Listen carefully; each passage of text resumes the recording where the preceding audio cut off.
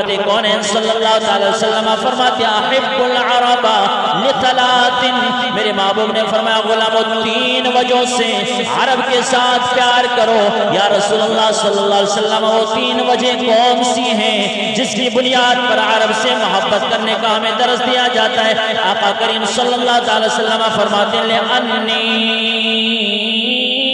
عربی، اس لیے کہ میں محمد عربی ہوں، میں محبوب عربی ہوں۔ عرب سے پیار کرو کیونکہ لِأَنِّي عربی، میں عربی ہوں۔ آقا علیہ السلام نے فرمایا وَالْقُرْآنُ عربی، میں محمد بھی عربی ہوں، قرآن بھی عربی ہے۔ قرآن اور محمد کی نسبت کی وجہ سے عرب سے پیار کریں۔ یا رسول اللہ صلی اللہ علیہ وسلم تیسری وجہ کیا ہے؟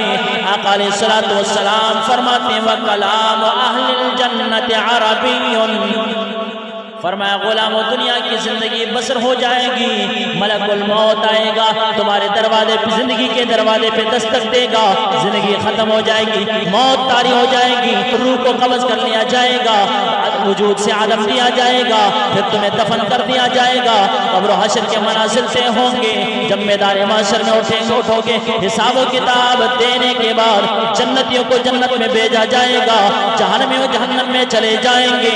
رحمت کونین صلی اللہ تعالی علیہ وسلم فرماتے ہیں عرب سے پیار کرو۔ یا رسول اللہ کیوں؟ فرمایا امتیوں مرنے کے بعد، بخشش پانے کے بعد جب جنت میں چلے جاؤ گے، سنو گے اہل جنت کا کلام بھی عربی میں ہوگا۔